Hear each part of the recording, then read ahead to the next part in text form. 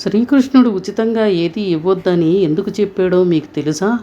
కురుక్షేత్ర యుద్ధం తర్వాత హస్తినాపురానికి వచ్చిన శ్రీకృష్ణుడు అన్నం వండిన తర్వాత వచ్చే గెంజినీరు కాలువలాగా రాజ్యం మొత్తం పారడం చూసి అర్జునుడితో ఇదంతా ఏంటి అర్జున అని అడుగుతాడు.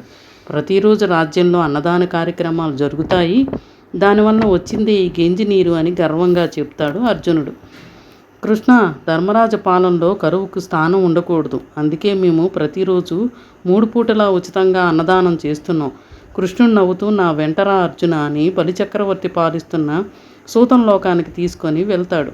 ప్రతి మనిషి ఒక్క క్షణం కూడా తీరిక లేకుండా ఏదో ఒక పని చేస్తూనే ఉంటారు. అప్పుడు కృష్ణుడు ఒకరిని పిలిచి, అయ్యా, ఇక్కడ ఉచితంగా భోజనాలు ఎక్కడ పెడతారో చెప్పండి అని అడగ్గా, స్వామి, ఇక్కడ అలాంటి కార్యక్రమాలు జరగవు. కష్టపడి పనిచేసి ఆ కష్టానికి ఫలితం తీసుకుంటూ ఉంటాం. మాకు ఉచితంగా ఇచ్చినా కూడా మేము తీసుకోం. అందుకే మేము ఎవరికీ బానిసలం కాదు. మమ్మల్ని ఎవరు ఆజ్ఞాపించరు కూడా అని అంటారు. అప్పుడు కృష్ణుడు, అర్జున, ఉచితంగా ఏదైనా ఎవరైనా ఇచ్చినా మనం అంగీకరించకూడదు.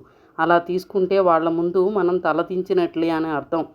ఒక రాజ్యం బాగుపడాలి అంటే ఇలా ఉచితంగా ఏదీ ఇవ్వకూడదు అని అంటాడు.